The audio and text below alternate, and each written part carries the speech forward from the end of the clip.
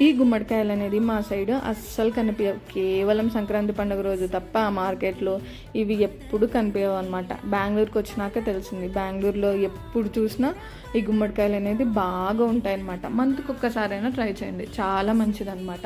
First దీన్ని తోలు తీసేసి చిన్న చిన్న పీసెస్ కట్ చేసుకొని, తర్వాత ఒక ప్యాన్ పెట్టుకొని ఆయిల్, తర్వాత గింజలు వేసుకున్న తర్వాత గుమ్మడి ముక్కలు వేసుకొని బాగా మిక్స్ చేసుకొని, ఇవి బాగా మెత్తగా అయిన తర్వాత అందులోకి కొంచెం కారము, ఉప్పు వేసుకొని బాగా మిక్స్ చేసుకొని ఒక 3 మినిట్స్ అట్లా మగ్గించుకోండి.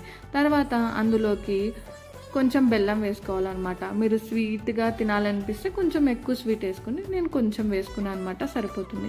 తర్వాత ఇందులోకి నువ్వుల పొడి వేసుకోవాలన్నమాట. లాస్ట్లో నువ్వులేం వేయించకూడదు, డైరెక్ట్ మిక్సీకి వేసుకొని కొంచెం నువ్వుల పొడి వేసుకొని కలిపేసుకోండి. ఇప్పుడు మన టేస్టీ గుమ్మడికాయ కర్రీ అనేది రెడీ అయిపోతుంది. ఇది రొట్టెలోకి తినండి, చాలా బాగుంటుంది అనమాట.